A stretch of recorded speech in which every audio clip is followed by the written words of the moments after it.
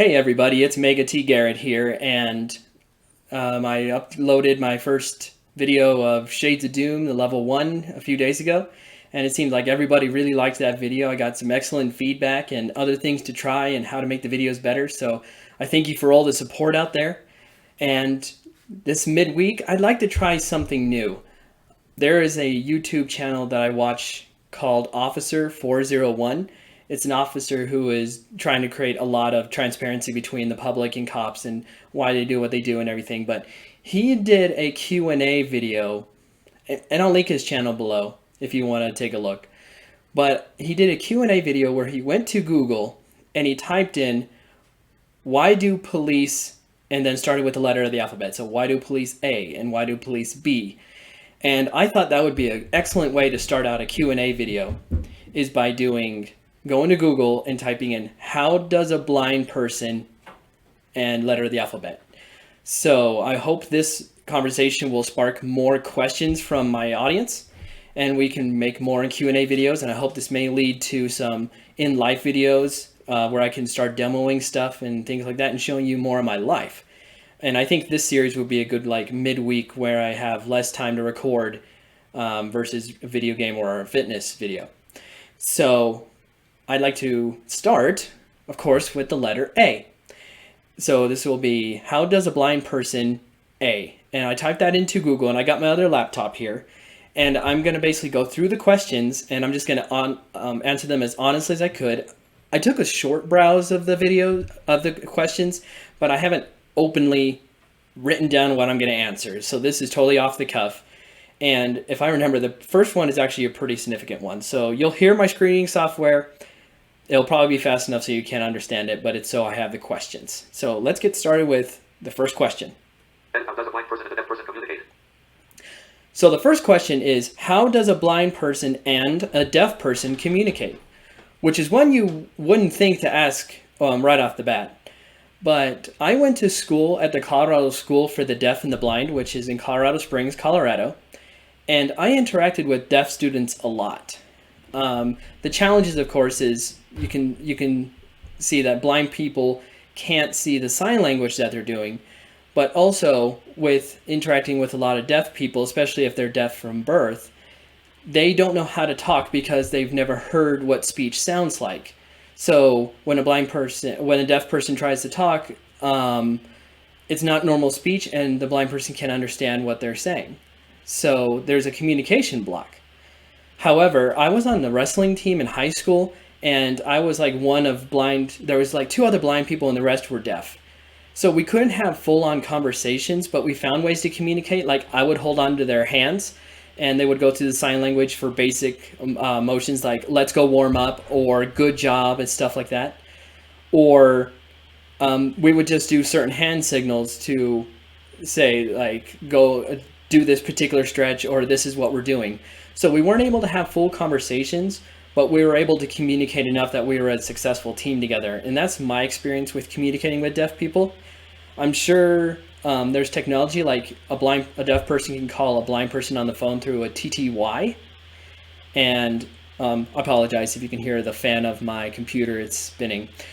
So those are the ways that I know of communicating with deaf. And so I actually had some good friends there at the Deaf and Blind School the years that I went there. So next question. How does a blind person answer a different? Okay, my screening software mispronounce some of these words. So it's, how does a blind person answer an iPhone? It means iPhone. And I happen to have an iPhone. I carry the 8 Plus, and what a lot of people don't realize is that the iPhone 10:26 p.m.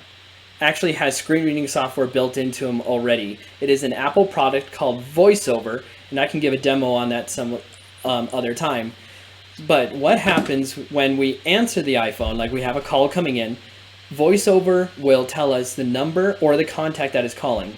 Now, there are two ways that we can either answer. We can either double tap with 2 fingers, and that will answer the call, or when you're navigating with VoiceOver, when you swipe the screen, it actually will go to different elements, and I can kind of show that. My phone kind of fell down here. Hold on. There. Come here. All right. So when you're navigating through the screen, Calendar, Wednesday, September 4th. so when you're going like this, Camera. oh, let me make sure this is on. Screen curtain off. There we go. Clock. When you swipe like this, Double tap. Clock. Maps. Double it tap. goes through the different elements. Weather. Notes. Reminder. News. Stocks. News. Yeah, so that's how I can do that. So when the call comes in, you can swipe through the different options like message, decline, all that stuff, and that's another way. And then when you want to activate an item, so like if I want to go Weather. to the weather app, To open. I double tap Aurora. and it opens that up. So I don't know if that phone is coming across on display, but that's a short demo of how I can use the iPhone and how I could answer calls. So next question. Then how does a blind person use a different? How does a blind person use an iPhone? I basically just explained that. Then how does a blind person use a cell phone? How does a blind person use a cell phone? So it's a little more broader of a subject. I use the iPhone. I know a lot of blind people who use iPhone because it was basically the leader in touchscreen accessibility. Apple created their own screening software to work with the touchscreen. Now I know Android has come out with TalkBack is their program. I don't have that much experience with it. I think I did have a Droid back when TalkBack was okay. It could read my messages and that was about it. But I believe the accessibility on Android is up there with the iPhones now too, and I hope some other blind person out there will jump on the comments and explain that how TalkBack works. So those are the two main. I don't know about a non-Android or Apple phones. Then how does a blind person identify South African bank notes? Okay, so the question here is how does a blind person identify South African bill notes? I don't know that, but the way I can answer that question is how do I do bills here in America? And the first is our coin currency, so which is pennies, dimes, nickels, and quarters. Those are easy to identify because they're all different sizes, dime smallest up to a quarter the biggest. And the dime and the penny are really same in size, but they have ridges on the dime and not on the penny. So that's how we tell dimes and pennies apart. Nickels also have a smooth edge, and quarters have ridges. Even if they're old, you can kind of still tell which one had a rough edge and which ones didn't. Now, as far as I'm aware, America is the only country that has bills that are all the same size and basically the same color, and just the print is different. That makes it hard for blind people to actually tell what money they have. So what we have, technology, is like 10, 20 years ago, you used to be able to buy a device that you stuck bills into. It basically took an image and it would tell you what it is. Now most people do that on their phone. I have an app called Money Reader where I just point the camera of the phone at a bill and it'll tell me if it's a 1, a 5, a 10. So that's how I read all my money and everything. For debit cards, I make Braille labels that have like the Braille dots on them. And I put those on the sides of my debit card that won't be affected by a machine. I just have to have someone tell me what the initial numbers are. And so that's how I do like my debit cards and credit cards and everything. Okay, next question. Then how can a blind person use a smartphone? Okay, how can a blind person use a smartphone? We've kind of answered that already with the main Android and VoiceOver with Apple. Then how can a blind person see again? How can a blind person see again? Now, I've actually been asked this a lot through my comments to do a GoFundMe or find research to help me see again. My particular condition would have to have my eyes replaced, which they can't do yet. They can replace the cornea, they can replace the lens, they can replace parts of the retina now, but the optic nerve is where the communication with the brain, and they're not able to do that yet. So, but there are a few devices out there. There's one called the BrainPort, which I can put a link down below. It's basically a pair of eyeglasses with a camera, and it sees an image, and then off to the side is a cord with a little postage stamp size metal plate on the end that you put on the surface of your tongue. Now, I know that sounds weird, but the tongue is a very sensitive area, and it's got little electrodes inside this little metal piece that it will give stimulus in the pixel areas that are light, like white, and no stimulus where it's dark. So you're able to get a basic, really low-res black and white image through the camera. So that's one way that we can substitute through sight. There are also, depending on your condition, like retina, please excuse me, I can't say it, retina pigmentosa. So please, someone correct me. There are FDA-approved devices where they can put electrodes on the back of the retina to help stimulate dead retina cells to help restore some very low-res vision as well. But we've got nowhere near for color or for nowhere near comparison to the regular eye. And research is continuing to be done, and maybe someday in the future, a totally blind person whose eyes are traumatized beyond repair can get their sight back. And what does a blind person dream about? What does a blind person dream about? I would say, in my experience, I dream about the same thing that pretty much everybody else dreams about. But what's different is how I visualize it.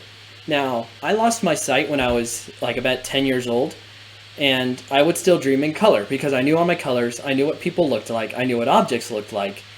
So I would dream in color just like normal people. But I would say, as the time has gone on, more and more of my dreams are just like I'm in life. Like, I try to visualize the world around me in my third eye. I kind of do that in my dreams. Or there's no color, there's just sound and feeling. So I wouldn't say the dreams are any different, but how I experience those dreams is about the same as how my experience is in real life. Okay, next question. And how can a blind person live alone? How can a blind person live alone? That takes independence, and that's what I have. I bought my own house. Of course, I'm married now, but I lived for almost 2 years in my own house, and I developed a system to cook for myself. I mowed my own lawn, pulled my own weeds, grew a garden, cleaned out the gutters, and I did all that stuff because I basically am a person that I'm not going to let someone just do these things for me. Surely there's a way for me to do it myself. Yes, it might take me longer. Yes, the process is slower, but I'm able to do it. And I would say if any other blind person out there is you got to get first mobility training. You got to be able to navigate through your environment, walk around town, use public transportation, and be able to be observant of the world around you. Either that's through using a cane or a guide dog to navigate, and also in your own house and everything. Another one is experience, is just to get out there and just try stuff. Like, try to come up with a system to mow the lawn or clean out the gutters or pull weeds and just come up with different methods. Some you'll find that won't work. Like these YouTube videos, we're still trying to figure out a good way for me able to set up my camera effectively so that way I don't have to keep having someone help me with the webcam every time. As soon as we get that done, I'll be able to do these videos more efficiently. But I would say the two things is getting independence and then just trying, get out there and trying. And actually that is it. That was the last question I had on there. So I'm coming to the end of this Q&A video. I know there was a lot of information there and I talked a lot, and I hope that you find this kind of information informative. I know it was kind of random. Let me know if you want to kind of see these kind of videos in the future. Next one, of course, would be how does a blind person be? And then C, and then so on and so forth. And if we find enough questions, I'll do videos about them. But what I really would like to see is the comment section fill up with questions. You can ask me anything. Asking quality is knowledge, and knowledge is power. And that's how you can learn more about blind people. So when you interact with other blind people, you can learn. And also, if there's people out there who are blind or know someone who is blind, I hope you can find answers here for your friend or yourself. So if you've stayed to the end of this video, I hope you will continue to support my channel. I thank you very much. If you're brand new, please subscribe and hit the notification bell so you can know when I'm coming out with new videos. If you are new to the channel, welcome. And I do video games, mainly games for the blind, and also Nintendo games. I'm going to branch out and try some other games in the future. I also do some fitness in my home gym and in my CrossFit gym. I also have an interest in firearms that I hope to bring to the channel here shortly. But if this is going to be the end of the video, please fill out that comment section. Let me know if this is more you want to see. And thank you so much for all the support, guys. And I hope you have a wonderful rest of your evening. And goodbye.